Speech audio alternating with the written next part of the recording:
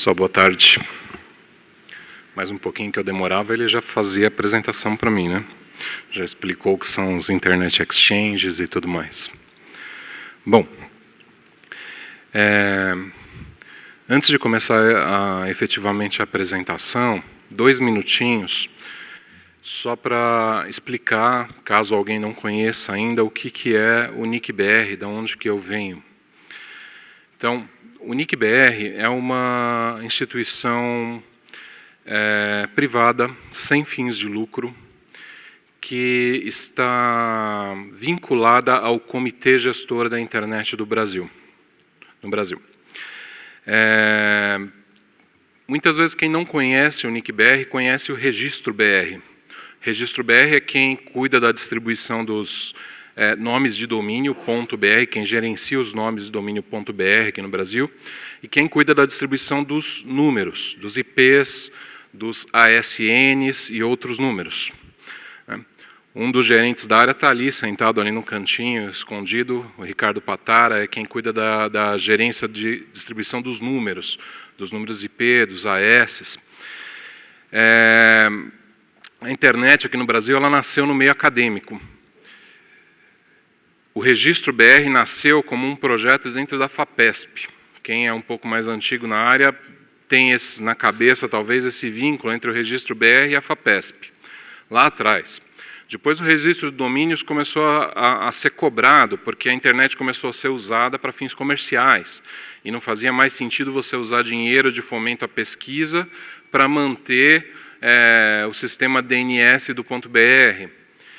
E um belo dia o Comitê Gestor da Internet achou que não cabia mais o registro de domínios ficar dentro da FAPESP. Então o NIC-BR foi criado para cuidar do registro de domínios, principalmente também da distribuição dos IPs, que já era feita aqui no Brasil, e assim nasceu. E vamos dizer assim, a fonte de financiamento, a fonte de recursos do NIC-BR sempre foi o registro de domínios.br. Então você paga R$30 por ano para ter lá um .com.br ou outro nome qualquer, e são esses R$30 por ano aí multiplicados pelo número de domínios que financiam tanto o funcionamento do próprio sistema DNS, próprio sistema de registro de domínios, como outros projetos. O Comitê Gestor achou por bem que todo o excedente de arrecadação do registro de domínios fosse aplicado em projetos que beneficiassem de alguma forma a internet no Brasil. E um desses projetos, justamente, é o que a gente chamava antigamente de PTT-BR, e agora a gente chama de IX.br, os Internet Exchanges, os pontos de troca de tráfego. Há uma série de outros projetos, medição de qualidade, a pesquisa sobre o uso da internet, com os dados disponíveis lá no site, gratuitamente para vocês. Há o escritório do W3C no Brasil, há o CERT, que cuida de segurança. Então, há uma série de caixinhas aqui, que mais fácil mostrar assim, é uma série de departamentos aqui debaixo do NIC-BR, todas essas siglas aqui estranhas são departamentos do NIC-BR. Então, às vezes vocês veem, às vezes o pessoal conhece o CERT, conhece o registro, fica pensando, mas o registro o que é? É uma outra empresa? Não, a empresa, a entidade é o NIC-BR e todos esses são departamentos dentro do NIC-BR que tem alguma função específica. Tá? Opa, vai para frente. O Comitê Gestor da Internet em si não é uma entidade jurídica, não é o órgão do governo, ele é um comitê, é um conselho que foi criado pelo governo, foi criado primeiro por um decreto interministerial, depois validado primeiro por uma portaria interministerial, depois validado e modificado um pouquinho com um decreto presidencial. E é um conselho composto por 21 pessoas, sendo que metade, menos uma, são representantes do governo, tem representantes de diversos ministérios, diversas pastas lá do governo, e metade mais um são representantes da sociedade civil. Então temos lá representantes das empresas de telecom, dos provedores de internet, empresas usuárias, das universidades, de ONGs, praticamente todos os setores que estão, de alguma forma, envolvidos com a internet no Brasil estão representados no comitê gestor. Então, ele é um arranjo que a gente fala que é multi-stakeholder, pluralista, né? Tem várias áreas sentando na mesma mesa e discutindo aí rumos para a internet do Brasil. O comitê gestor não é um órgão regulador, né? A internet no Brasil ela é considerada um serviço que é prestado em cima, um serviço de valor adicionado em cima da rede de telecomunicações. Então, a Anatel não regula a internet, ela regula telecomunicações. E não existe um órgão regulador para a internet. Existe o comitê gestor que, muitas vezes, faz recomendações sobre como a internet tem que se desenvolver, ou que rumos ela tem que tomar no Brasil, né, mas não é um órgão regulador. Tá? Então, feita aí essa breve introdução sobre quem é o NIC-BR e por que a gente está envolvido com Internet Exchanges e com outros projetos aí relacionados à internet, vamos entrar no assunto de hoje, que são os Internet Exchanges, né? Tentando abordar um pouquinho casos de uso e benefícios que um Internet Exchange, que um PTT, pode trazer para um provedor. Então, o que eu pretendo abordar nessa apresentação? Que espero não dure 1 hora, mas um pouquinho menos para dar tempo para perguntas, caso os senhores tenham. Eu pretendo fazer uma introdução explicando, caso alguém não conheça ainda, o que é um sistema autônomo, qual que é a importância de um provedor ser um sistema autônomo e onde entram os Internet Exchanges nesse contexto, o que é um Internet Exchanges, o que é um Internet Exchange. Vou falar um pouco de boas práticas, de cuidados técnicos, sem entrar em detalhes lá muito aprofundados, mas um pouquinho de detalhes técnicos de como um provedor se conecta ou deve se conectar a um Internet Exchange, né? Que a gente tem que prestar atenção. Vou tentar, depois disso, aprofundar um pouquinho no modelo do IXBR, do Internet Exchange, que é promovido pelo Comitê Gestor da Internet no Brasil, pelo NIC-BR. E daí vou falar um pouco de modelos, né, de conexão.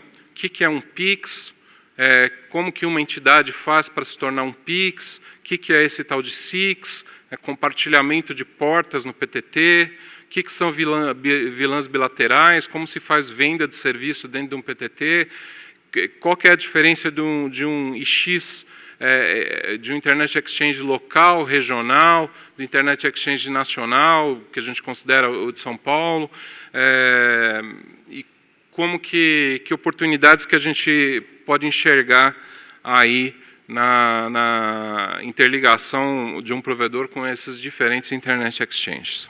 Bom, só para ter uma ideia aqui de quanto que eu gasto em cada parte, para explicar, todos os senhores são representantes de provedores aí? Sim? Tá. Quem é provedor, é representante de um provedor, ou pode ser de uma grande empresa, que não é um sistema autônomo. Todos são, o senhor não é sistema autônomo. Tá? Os demais, todos são, alguém mais não é sistema autônomo? Ainda? Todos são. Ok. Então, pelo menos essa parte da importância aí de ser um sistema autônomo, vamos passar mais rapidamente. Mas para conceituar e relembrar os conceitos, mesmo para quem já às vezes a gente, vou tirar um sistema autônomo, vou tirar um AS, e perde um pouquinho o conceito da coisa. Né? É importante, talvez, relembrar e nivelar. A internet é uma rede de redes. Muitas vezes a gente ouve isso. E se a gente considerar essa afirmação como uma verdade, as redes que compõem a internet são os tais dos sistemas autônomos. São redes independentes que estão interligadas entre si em diversas topologias, tendo as mais diversas relações comerciais entre si, e que seguem, muitas vezes, alguns padrões tecnológicos comuns. Né? Por exemplo, o uso de BGP para roteamento. Vejam quando a gente fala de sistema autônomo, a gente não está falando só de provedores de internet. Embora imagino ou provedores de acesso à internet, né? A gente está falando também de provedores de conteúdo, de aplicações na rede, né? A gente está falando de grandes empresas, a gente está falando de universidades, a gente está falando de empresas do governo, muitas vezes, que tem uma rede grande e complexa o suficiente para serem esses tais de sistemas autônomos, né? Então, até para reforçar o que eu falei antes de que internet não é telecomunicações, é algo que usa a infraestrutura de telecomunicações, mas vai um pouco além. Então, quando a gente está falando de internet, a gente está falando também de data centers, de provedores de conteúdo, de empresas usuárias que estão, de alguma forma, ali, são também players aí envolvidos, né, nesse jogo, vamos dizer assim. Então, quando a gente não é um sistema autônomo, a gente é parte do sistema autônomo do nosso provedor. A gente está conectado ao provedor, depende dos números que o provedor fornece, dos IPs que o provedor fornece, depende muitas vezes de fazer compartilhamento de IPs, usar NAT, usar endereços privados dentro da nossa rede, porque existe uma escassez de endereços e geralmente os provedores não fornecem IPs suficientes para todas as aplicações. E normalmente você não tem, quando você não é um sistema autônomo, ou você não tem redundância, no sentido de ter dois provedores de conexão à internet diferentes, ou você tem, vamos dizer assim, uma redundância de circuito com um único provedor, ou você usa algum meio, vamos dizer assim, alternativo, gambiarra, de fazer redundância. Por exemplo, você tem dois provedores e você usa um NAT na borda da sua rede para se conectar em um ou em outro. Funciona bem em vários casos, mas não, vamos dizer assim, não é a forma mais elegante de você fazer redundância na internet, nem a forma melhor tecnicamente. O que é um sistema autônomo? O sistema autônomo é uma rede que tem já uma determinada complexidade, um determinado número de equipamentos conectados a ela, e que tem uma política de roteamento própria. Que é isso? Que raio é isso? Política de roteamento própria significa que você tem mais de um caminho para chegar na internet, ou seja, que você tem mais do que um upstream, mais do que um provedor de conexão à internet, mais do que um provedor de acesso. Então você tem a sua rede e quer se conectar no provedor A e no provedor B. Para fazer isso, você tem que ter um protocolo de roteamento já inteligente. Se você tem um provedor só, você faz tecnicamente apontar uma rota default para aquele provedor, todos os pacotes vão seguir o mesmo caminho de saída, tudo bem, você não precisa trabalhar com um protocolo de roteamento, você não precisa tomar decisões e ter uma política de roteamento. Quando você tem mais do que um caminho para os pacotes percorrerem, você já tem uma decisão a ser tomada ali. Para onde que eu mando o pacote, para o caminho A, para o caminho B, como que os pacotes vão chegar pelo caminho A, pelo caminho B. Então você tem um protocolo de roteamento para cuidar disso, né? Quando você é um sistema autônomo, você também tem numeração própria, você tem blocos de IPs próprios, né, que você vai anunciar fazendo uso desse protocolo de roteamento, do BGP. E você tem, obviamente, redundância. Você tem dois caminhos, você tem dois links, né? Dois provedores. Uma das possibilidades que você tem quando você é um sistema autônomo é você fazer esse peering, a troca de tráfego local.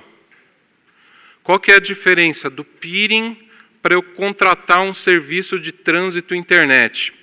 Bom, quando eu contrato um provedor de conexão, provedor de trânsito, para me ligar à internet, eu mando os pacotes para ele, qualquer pacote que eu mande para ele faz chegar no destino. Com alguma mágica lá, ele está conectado a diversas outras redes, que estão conectadas a diversas outras, e ele faz o pacote chegar onde o pacote tem que chegar, não importa onde seja esse destino, e quem quiser mandar o pacote para mim, ali de alguma forma encontra o caminho por meio daquele provedor também, e o pacote chega até mim. Quer dizer, um provedor de trânsito, um provedor de acesso, ele me conecta à internet de forma completa. Ele conhece os caminhos, ele tem um mapa da internet como um todo e sabe fazer o pacote chegar no destino.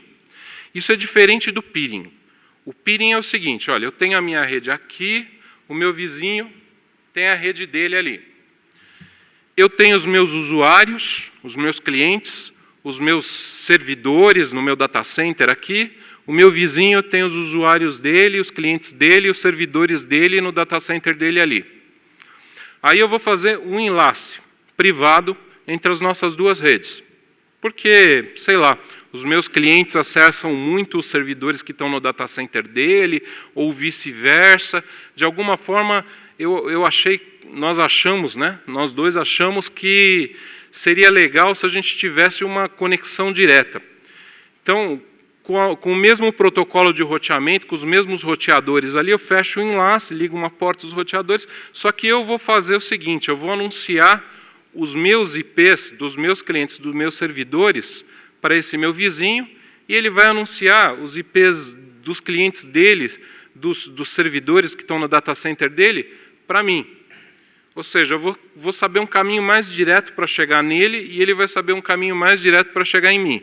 E nesse enlace privado, a gente vai trocar o tráfego. Quer dizer, os pacotes que são destinados aos servidores e aos clientes dele, eu mando por ali, e os pacotes dele que são destinados aos meus clientes, aos meus servidores que estão no meu data center, ele manda por aquele enlace.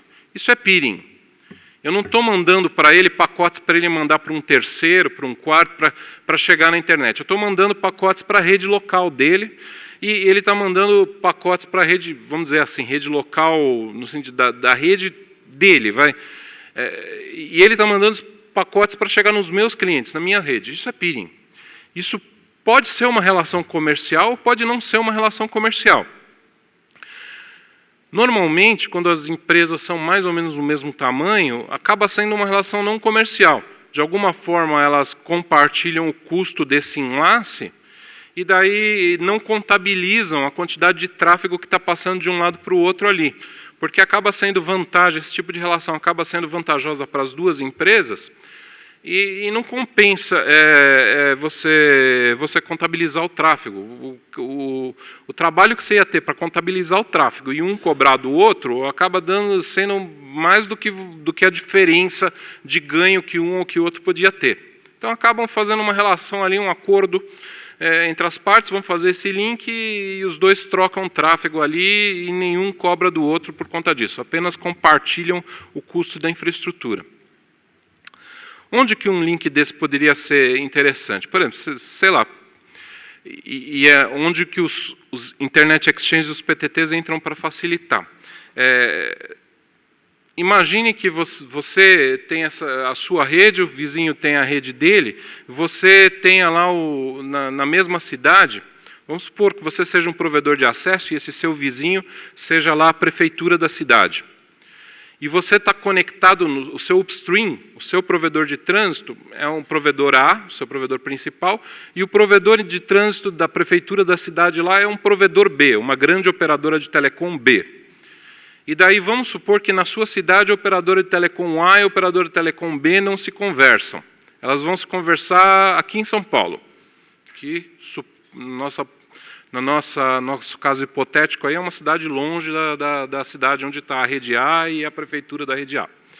E o que acontece? Os pacotes vão dar uma volta muito grande. Vamos supor, serviços da prefeitura são serviços que são acessados bastante pelos cidadãos de uma determinada cidade. Então, seria interessante que aquele provedor tivesse um canal direto com a prefeitura e que os pacotes não fossem dar aquela volta no fim do mundo, lá em São Paulo, e voltar para chegar ali do lado, né? Então, é um caso em que o peering local é bastante interessante, que o tráfego dos usuários que estão numa determinada região metropolitana e o tráfego dos data centers, do conteúdo, eles se resolvam localmente. Agora, acontece o seguinte, fazer um enlace muitas vezes é caro. Você gastar uma porta de roteador ali para fazer um enlace de uma rede para outra rede B, fica uma coisa complicada. Não compensa muitas vezes fazer isso. E daí é que entram os Internet Exchanges. Internet Exchanges são uma rede e uma estrutura em estrela, uma estrutura que prover lá um switch. Nos casos mais simples pode ser realmente só um switch, um equipamento. No caso mais complicado são uma série de switches ou roteadores ou outros equipamentos que vão funcionar como um grande switch virtual e onde diversas redes vão se conectar. Então você o Internet Exchange provê uma estrutura de tráfego camada 2, uma estrutura para troca de tráfego, para interligação ali em camada 2, onde diversas redes vão chegar nessa mesma estrutura e vão se interconectar. Então, ao invés de eu ter uma conexão direta da rede A para a rede B, eu tenho uma conexão em estrela entre muitas redes. Então, com um único enlace físico, eu me conecto a muitas redes. Então, por exemplo, se você se conectar ao IXBR aqui de São Paulo, você vai estar conectado a cerca de 800 outras redes, 800 outros sistemas autônomos com uma única conexão sua. E vai poder fazer esse peering com esses 800 outros sistemas autônomos de forma direta, né? Resolvendo o tráfego localmente do seu roteador para o roteador dele, sem ter que passar pelo upstream, sem ter que passar pelo provedor. No que isso pode ser vantagem para um provedor, né? De acesso? Por exemplo, tem algumas vantagens diferentes. Algumas vantagens são simplesmente de melhoria de qualidade, são vantagens técnicas. Então, no lugar de você ter vários saltos, passei aqui da minha rede para a rede lá do meu provedor de trânsito, para a rede do provedor de trânsito da prefeitura, para chegar lá na prefeitura. Tive lá 4 saltos, né, entre AS diferentes, aí, pelo menos. O pacote foi por um caminho muito grande. Se eu estou aqui no Internet Exchange, isso aqui é um switch, é uma solução camada 2 aqui. Então, é do meu roteador direto para o roteador lá da prefeitura, no meu caso hipotético. Então, é um salto só. Os pacotes vão chegar mais rápido, vão se resolver mais facilmente, né? Outra vantagem de você desse tipo de conexão, resiliência, né? Supondo, obviamente, que você consegue, com esse trânsito aqui, ter banda suficiente para garantir, né, a sua infraestrutura. Mas por aqui você tem um caminho alternativo e mais rápido para chegar nas redes que estão próximas a você. Então, imagina, mesmo que o seu upstream caia, se você essa conexão aqui ao Internet Exchange se manter, você vai ter a conexão direta para diversas redes. Então, isso aumenta a sua resiliência, aumenta o seu uptime, digamos assim, aumenta a possibilidade dos usuários continuarem acessando, ao menos parcialmente, vários sites, mesmo que você tenha aí queda de algum upstream. Outra vantagem que um provedor, que uma empresa, que é um sistema autônomo qualquer, tem ao se conectar a um PTT é a possibilidade de contratar serviços dentro desse Internet Exchange. Então, veja que no desenho anterior, eu coloquei que uma rede aqui, para ser um AS, geralmente ela tem 2 ou mais caminhos para chegar à internet. Então, eu coloquei uma rede contratando 2 upstreams, 2 provedores de trânsito. Nesse desenho, eu mudei um pouquinho, que a contratação de um dos provedores de trânsito, ela pode ser feita por dentro do próprio Internet Exchange. Então, pode ter lá um outro AS, um provedor de trânsito, vendendo o serviço de conexão à internet dentro desse Internet Exchange. E com o mesmo enlace físico que você já contratou de alguém ou já montou para chegar até o Internet Exchange, você pode lá dentro contratar o seu backup.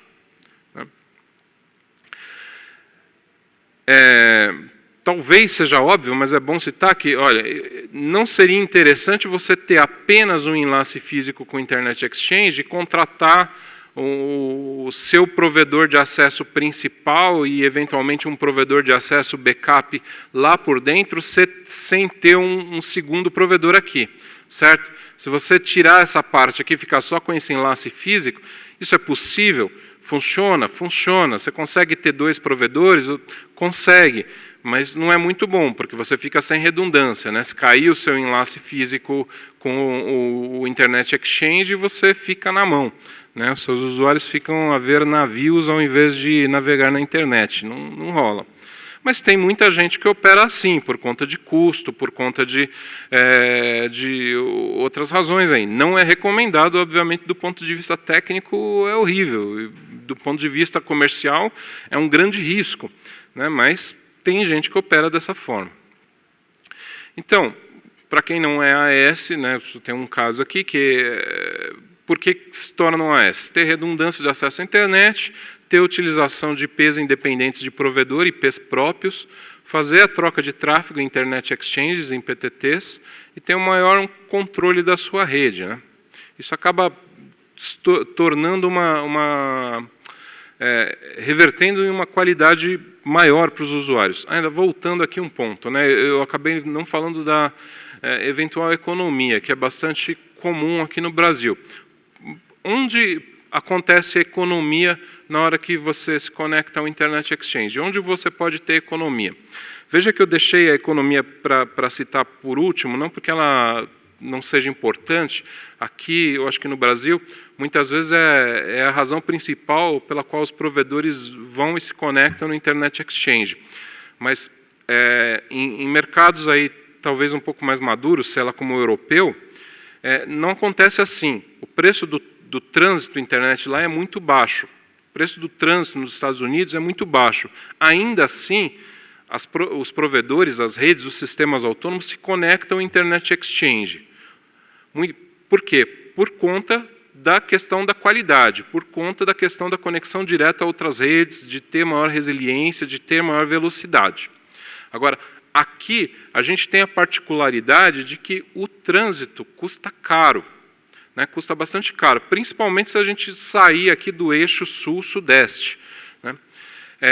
O trânsito fica muito caro. Então, no Internet Exchange, você tem muitas redes. Você tem muitas redes que geram conteúdo ali dentro, muitos provedores de acesso, muitas empresas do governo. Então, dando exemplos práticos. Se você se conectar no Internet Exchange de São Paulo, por exemplo, você tem o Google ali dentro, você tem o Netflix ali dentro, você tem o Terra ali dentro. Né? E o que acontece? Uma boa parte do tráfego de um provedor internet, que os usuários domésticos, os usuários corporativos que sejam, procuram, você consegue resolver ele por dentro do Internet Exchange. Por exemplo, se você estiver conectado em São Paulo. Isso acaba o quê? Diminuindo o tamanho ou a quantidade de tráfego que você usa dos seus upstreams, dos seus provedores de trânsito. E muitas vezes pagar só o enlace, contratar um enlace ou montar um enlace próprio, conforme o caso, para chegar ao Internet Exchange, é muito mais barato do que contratar do seu provedor de trânsito um enlace mais o trânsito internet, para chegar na internet. Então você acaba deixando de gastar dinheiro aqui, né, e investindo nesse link aqui. O limite disso daí, o perigo disso daí é você não ter um enlace suficientemente grande aqui para escoar o seu tráfego e esse enlace aqui com o Internet Exchange cair. Ou alguma rede da qual você dependa muito, cair um enlace dela, ou simplesmente ela, por alguma decisão, deixar de anunciar os prefixos dela, deixar de anunciar os serviços dela ali no Internet Exchange, mesmo que temporariamente. Então, de novo, dando exemplos mais práticos. Você está lá no Internet Exchange de São Paulo, no PTT de São Paulo, e você troca tráfego com o Google ali, com o YouTube. E, de repente, o Google para de anunciar os prefixos do YouTube ali no Internet Exchange. Porque eles estão fazendo alguma alteração interna, porque eles decidiram, porque alguém soprou e o vento estava soprando para o norte, em vez de estar soprando para o sul, alguém foi lá no roteador e tirou os prefixos do Google. O Google pode fazer isso? Pode. Qualquer participante de um Internet Exchange pode ou não trocar tráfego com os demais. Aquilo é só uma estrutura camada 2 que está ali disponível para todo mundo se interligar. Se alguém decidiu mudar a política de roteamento própria, ele tem liberdade de fazer isso. Só que daí o que acontece para você? O tráfego parou de fluir por ali pelo Google e começou a fluir pelo seu provedor de trânsito. E daí você fica desesperado porque o seu link aqui fica engargalado. Né? Então, é aquela situação que eu falei. O Internet Exchange, ele, nesse ponto de vista, o ideal seria que ele fosse visto como um backup, ou como uma rota alternativa, eventualmente mais barata, mas que você tivesse aqui, o ideal seria que você tivesse aqui a capacidade para o seu tráfego fluir de forma completa, caso esse link aqui venha a falhar, ou caso algum participante importante lá do outro lado venha a deixar de trocar tráfego por ali. Bom,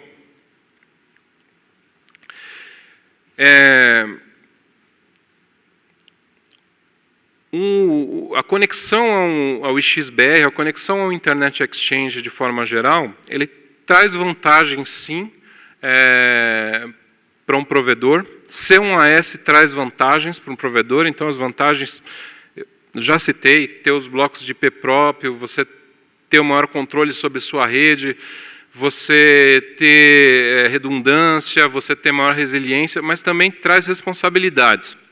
Então, gerenciar o BGP não é tão simples quanto gerenciar uma rota default. Gerenciar a rota default você não gerencia, você faz ela lá, acabou. Só tem um caminho para os pacotes, tudo bem. O BGP você precisa gerenciar, precisa olhar o que está acontecendo, precisa fazer modificações, fazer filtros, tomar uma série de cuidados.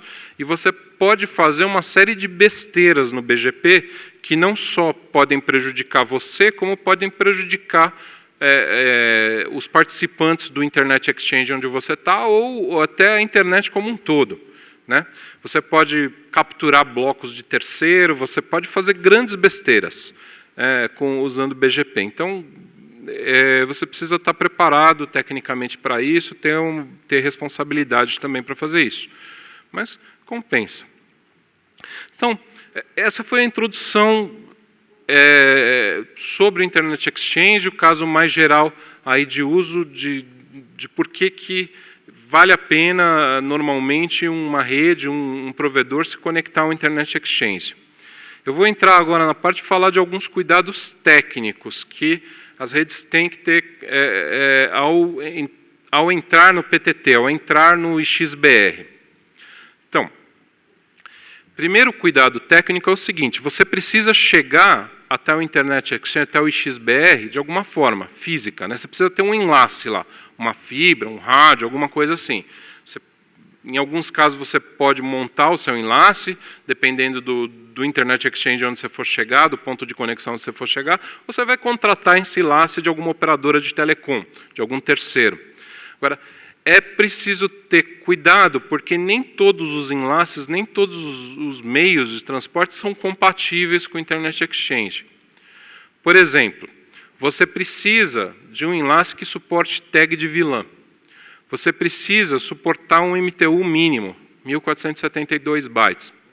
É claro que se você estiver falando de um clear channel, se você estiver falando de uma fibra de ponta a ponta ali, vai suportar isso. Mas muitas vezes você não vai contratar isso.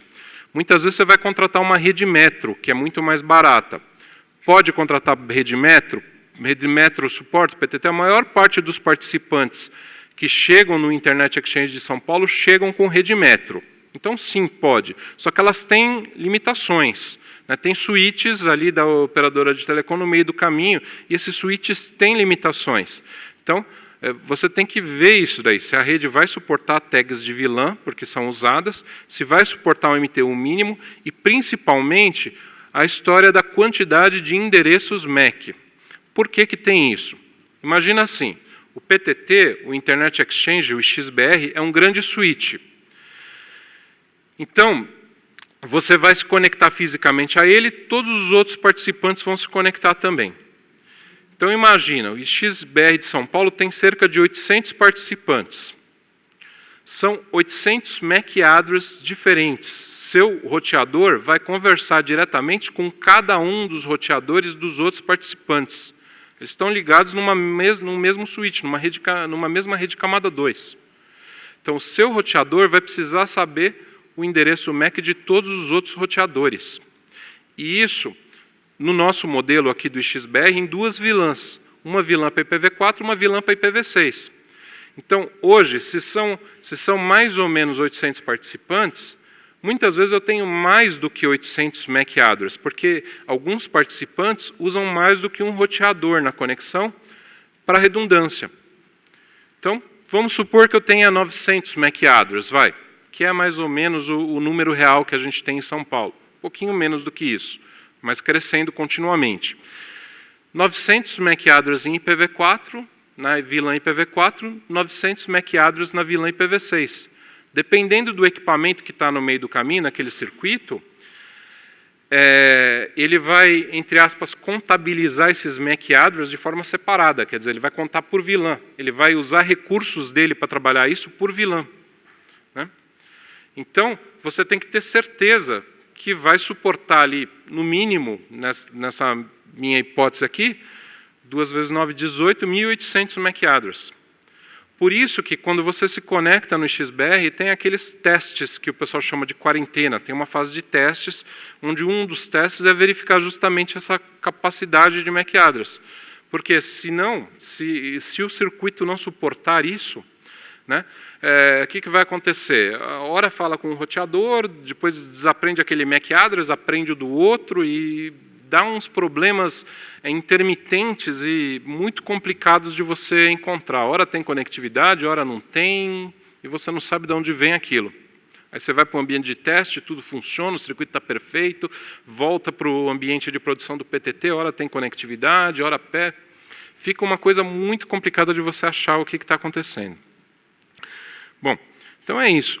Outro cuidado que você tem que ter é ao informar o equipamento que vai ser usado e o MAC address, porque o XBR faz filtros baseados no MAC address para proteger a própria estrutura.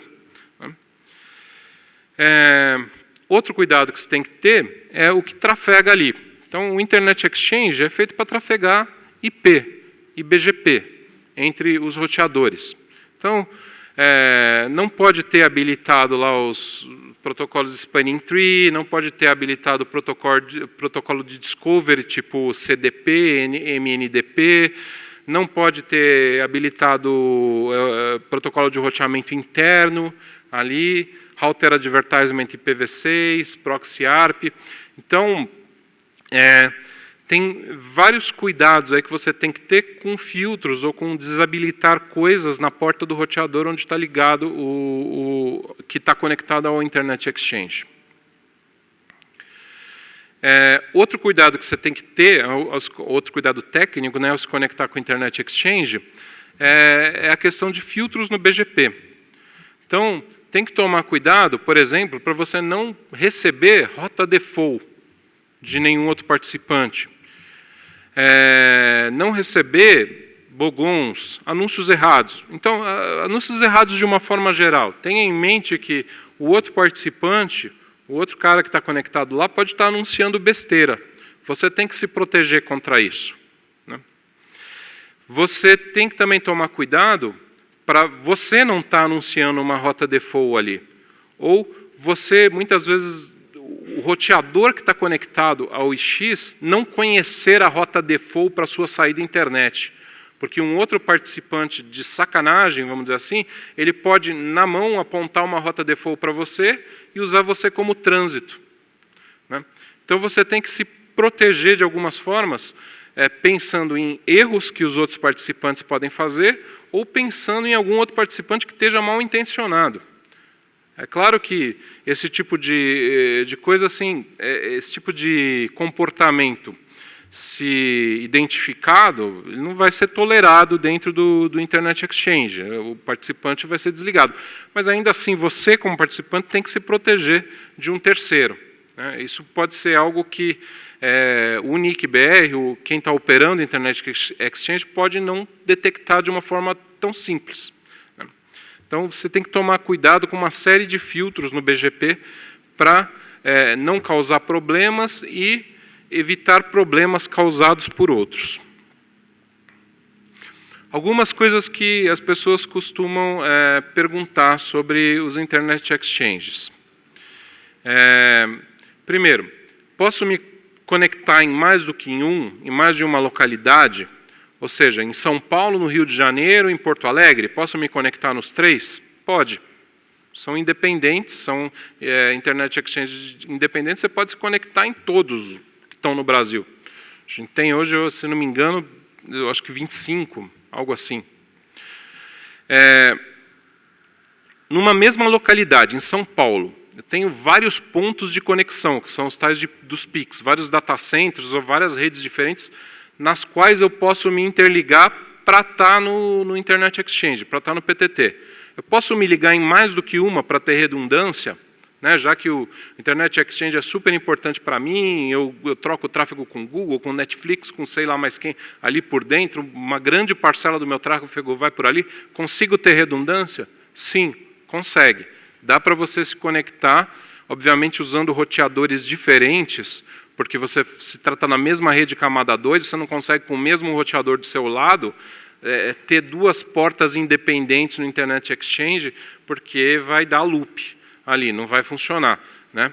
A menos que você isole com roteadores virtuais, mas você tem que ter roteadores separados, senão não vai funcionar. Uma coisa que você não pode fazer, que o Internet Exchange não espera que você faça, né, que é proibido, é você usar a rede do Internet Exchange como uma rede metropolitana. Tipo, eu vou conectar então um roteador meu lá na Log e um outro roteador meu, sei lá o quê, sei lá, na Eletropaulo Telecom, e daí eu vou fazer um conversar com o outro por dentro da rede do PTT, por dentro da rede do XBR, né? Não pode. O Internet Exchange é para troca de tráfego entre participantes diferentes, entre AS diferentes, certo? Então, não é para ser usado como uma rede metropolitana. Outro ponto, né, o Internet Exchange eu já citei anteriormente, ele deveria ser encarado como redundância, no sentido que o link de trânsito deveria suportar todo o tráfego, mesmo que o link com o Internet Exchange caia. Qualquer participante pode anunciar ou deixar de anunciar prefixos. A troca de tráfego lá dentro é livre, não existe um regulamento na hora que você entra no Internet Exchange que você é obrigado a trocar tráfego com todo mundo ali, né? Então, o exemplo que eu já dei anteriormente também. Outro que eu já citei anteriormente, não contratar um único link de trânsito via Internet Exchange. Não é uma boa ideia porque você fica completamente sem redundância.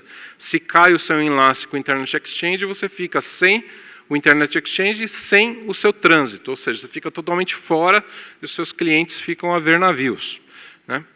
Então, rede metro ok. E tem uma outra coisa que o pessoal pergunta, que é o Looking Glass. Looking Glass é uma espécie de um roteador especial, onde ele não roteia de verdade, mas você fecha uma sessão com ele e anuncia todos os seus blocos, e daí é possível fazer consultas ali.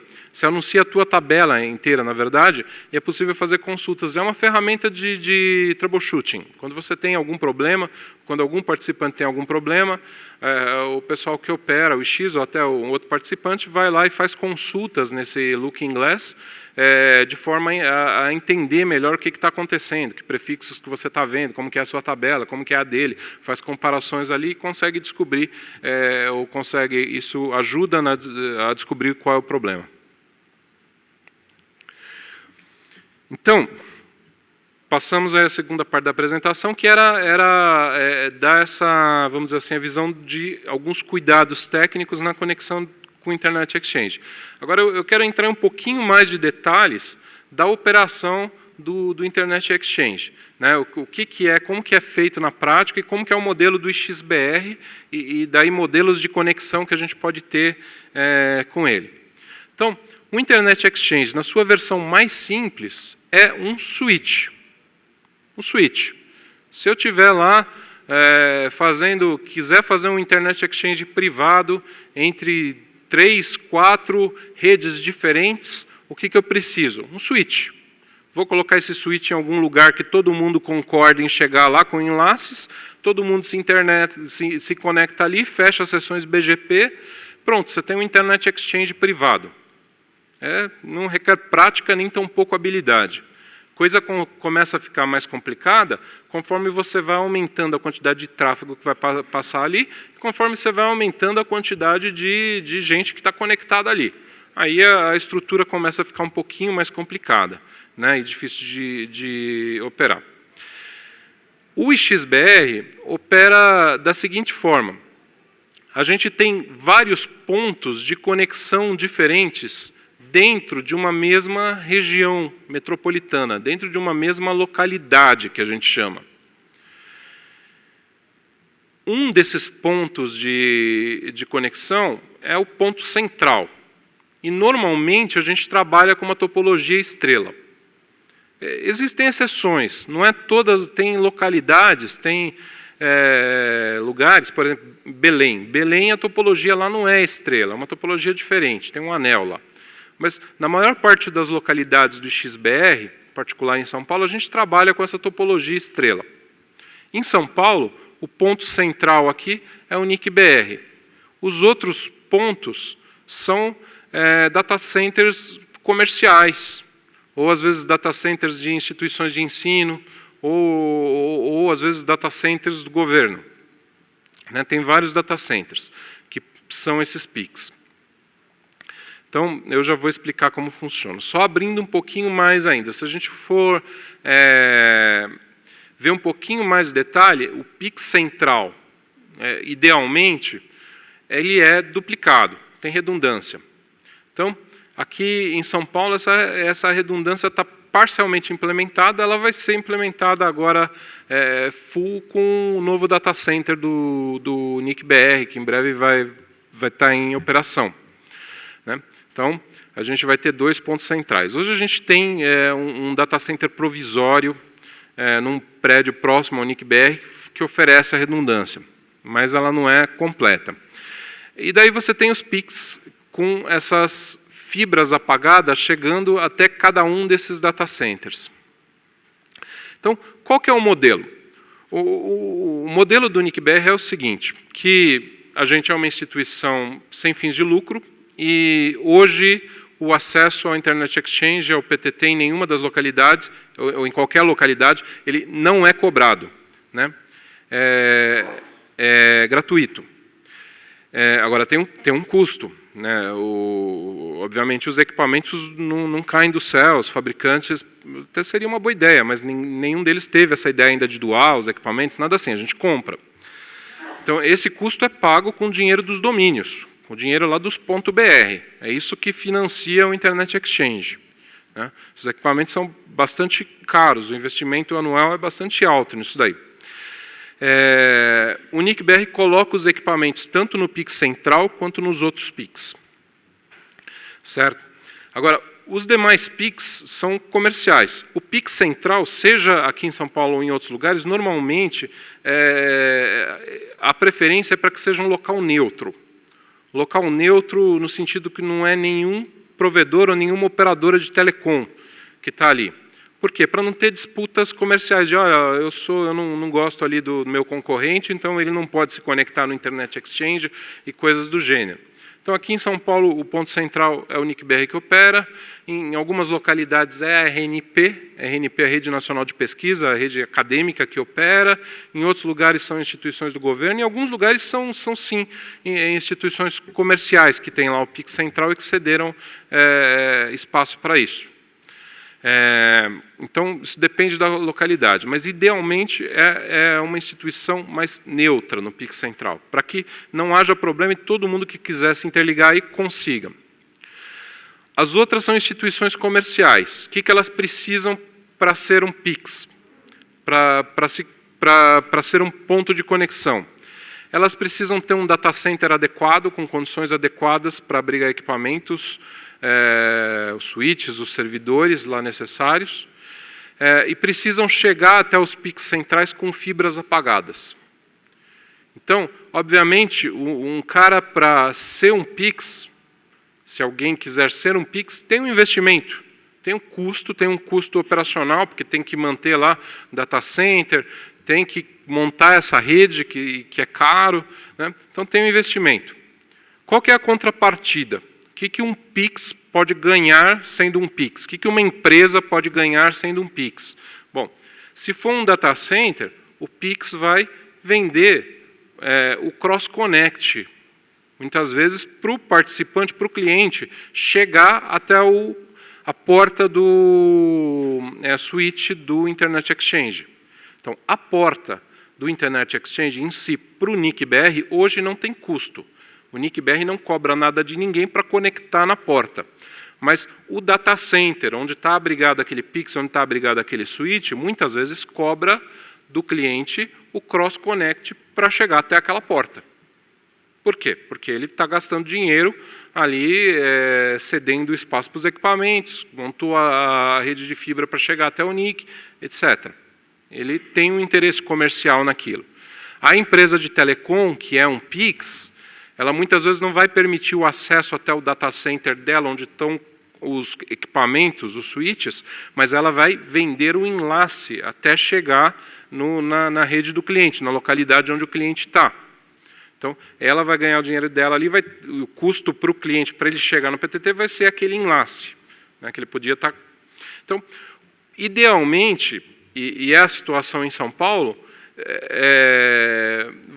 você devia ter uma situação onde você tem vários PICs, vários pontos de conexão diferentes, em regiões diferentes de uma mesma cidade, em que o provedor, o participante, ele pode escolher ali comercialmente a que melhor lhe agrada, ou melhor lhe satisfaz as condições para ele se conectar. A que vai sair o custo menor, ou que vai ter uma qualidade técnica maior, ele vai ter lá os critérios dele. Agora, essas negociações de como vai se interligar ali é entre o participante e o Pix. Né, o NIC-BR não vai se envolver nisso daí na operação do PTT e nem vai receber dinheiro por aí, no modelo atual. Tá? Então, só para reforçar o que eu falei. Então, uma das possibilidade, voltando lá, né, porque às vezes as pessoas se confundem um pouquinho aqui.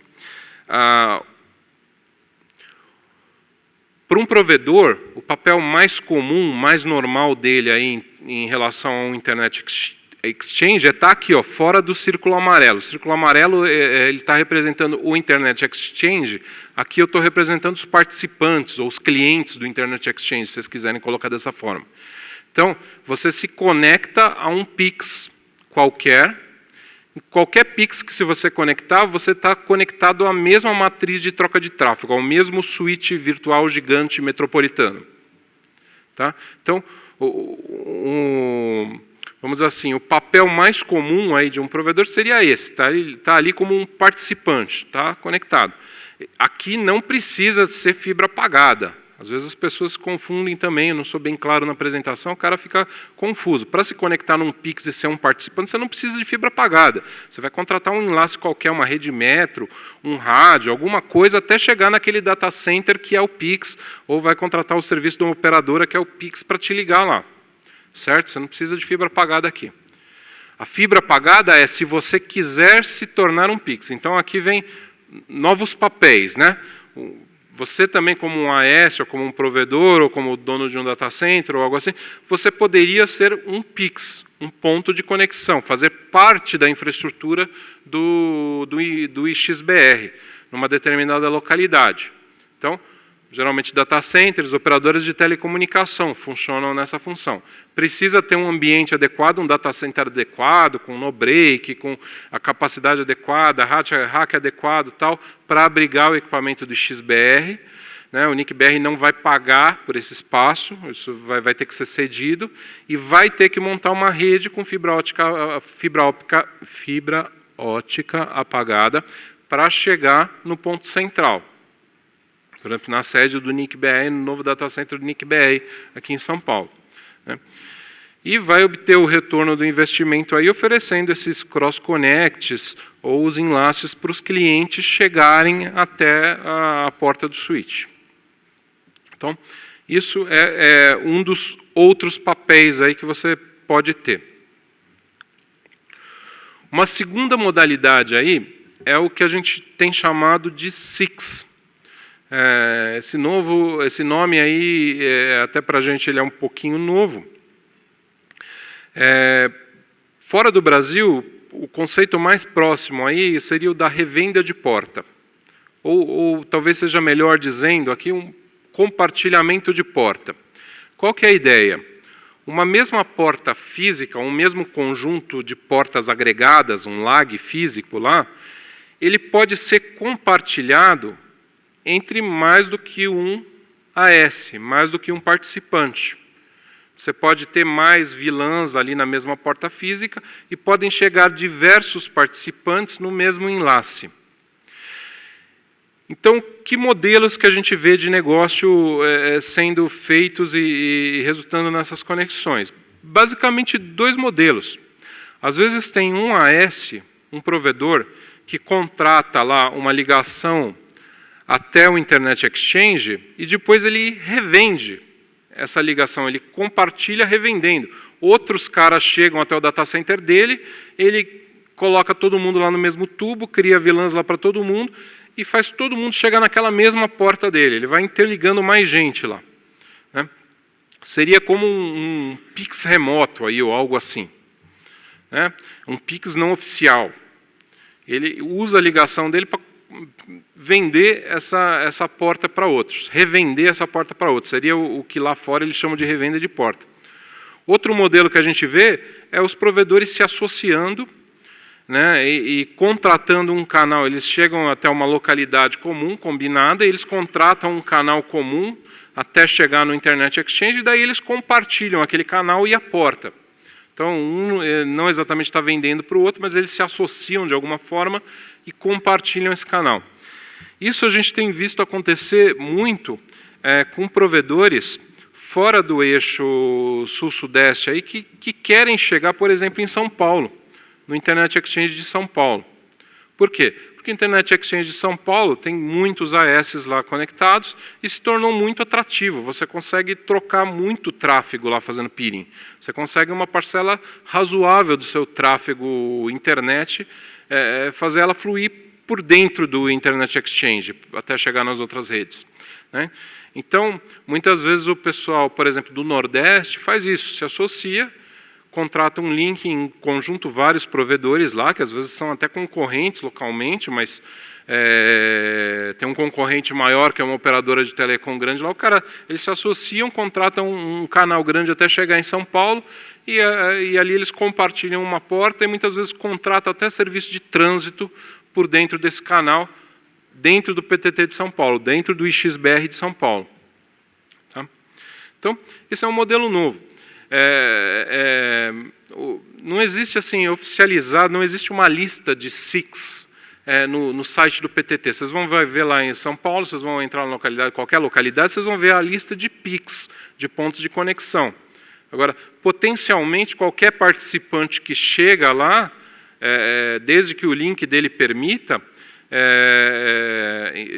em termos de capacidade, em termos de características, né? Ele pode, vamos dizer assim, compartilhar esse mesmo enlace, esse mesmo link com outros. Então, qualquer participante tem, vamos dizer assim, essa capacidade de ser, entre aspas, um SIX, ou uma revenda de porta, né, na prática. Por que eu estou falando desde que o link permita? Além da capacidade do link em si, em megabytes ou algo do gênero, né, você tem a questão, de novo, dos MAC address. Porque se o link não for um clear channel, se ela for uma rede metro, alguma coisa assim que tem limitação de MAC address, quanto mais participantes estiverem conectados ali, são mais VLANs, e vamos dizer assim, a quantidade de MAC address ela é multiplicada, né, dependendo do ativo que você tem ali no link, no enlace, ela é multiplicada pela quantidade de VLANs. Então, mais VLANs, mais MAC address. Você tem que ter um link com capacidade, ou que deixe passar infinitos MAC address, que seja um clear channel, ou algo parecido em relação a isso, ou que tenha capacidade suficiente para todos os participantes. Isso depende dos equipamentos, de novo, depende da capacidade dos switches ou outros ativos que você tem ali no meio. Serviços dentro do Internet Exchange. Uma outra possibilidade aí de um AS fazer negócios dentro do Internet Exchange, além da troca de tráfego em si, é a oferta justamente de serviços. Um sistema autônomo, um AS, um provedor, ele pode, por exemplo, vender trânsito dentro do Internet Exchange. Ele pode oferecer um caminho para a internet para outros que estão ali, certo? Ele pode vender transporte. Vamos supor que seja uma rede que tenha um backbone grande, um backbone, sei lá, que engloba boa parte do país ou algo assim, e que essa rede, esse sistema autônomo, esteja conectado em vários Internet Exchanges diferentes. Ele pode vender a capacidade de transporte, sei lá, para chegar lá do Internet Exchange de Curitiba até o Internet Exchange de São Paulo. Aí tem um AES, tem um provedor que está conectado lá em Curitiba, por meios próprios, por exemplo, num Pix lá, e ele pode conectar, pode se conectar em São Paulo, comprando essa capacidade de transporte de um cara que está tanto lá em Curitiba quanto aqui em São Paulo. Então, existem diversas redes que fazem esse tipo de serviço, entre não só Curitiba e São Paulo, Rio, São Paulo, Porto Alegre, São Paulo, entre diversas localidades do IXBR, existem redes que prestam esse tipo de serviço. Obviamente não é gratuito, é um serviço comercial, tem que ter um custo, né? Mas existe essa possibilidade, já hoje, né? E é algo que mais gente pode fazer. Quer dizer, existem redes aí conectadas e que têm essa possibilidade teriam essa possibilidade, vamos dizer, de oferecer esse tipo de serviço que ainda não fazem, né? Enfim, então, para fazer isso, o IXBR oferece as VLANs bilaterais, oferece VLANs criadas também sem custo, de acordo com a solicitação dos usuários. O último slide, não sei se eu estou estourado no tempo ou não, perdi um pouquinho a noção aqui, mas é assim, comentando um pouquinho da situação hoje e dos diferentes tamanhos e importância das diversas localidades do IXBR, do PTT. Em São Paulo, a gente tem a maior localidade, o maior Internet Exchange que faz parte da nossa iniciativa. Basicamente, 80% do volume de tráfego, se eu pegar o tráfego somado de todas as localidades, 80% está em São Paulo. Isso tem um lado bom e tem um lado ruim. Qual que é o lado ruim? É difícil operar o Internet Exchange de São Paulo, ele está complexo, é muita gente conectada lá, é muito tráfego. Seria talvez melhor, de um ponto de vista de operação, que a coisa estivesse mais dividida. Os conteúdos estão concentrados em São Paulo, né? Muitas redes estão concentradas em São Paulo. Então, para quem está em São Paulo, isso é ótimo, né? Para quem está longe, seria melhor se fosse mais espalhada a coisa, né? Se os conteúdos, principalmente, conseguissem chegar mais regionalmente, tivessem conectados nos PTTs mais regionais. O lado bom é o seguinte, que isso vamos dizer assim, um círculo, ele tem uma retroalimentação positiva, né?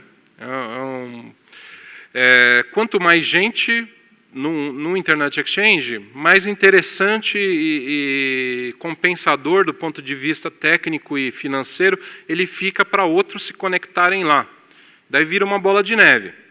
Então, a tendência do Internet Exchange de São Paulo é continuar grande, continuar crescendo, porque ele é muito interessante. Tem muita gente conectada lá. Agora, assim, a gente vê acontecer de muitos provedores virem de localidades bastante distantes e se conectar em São Paulo.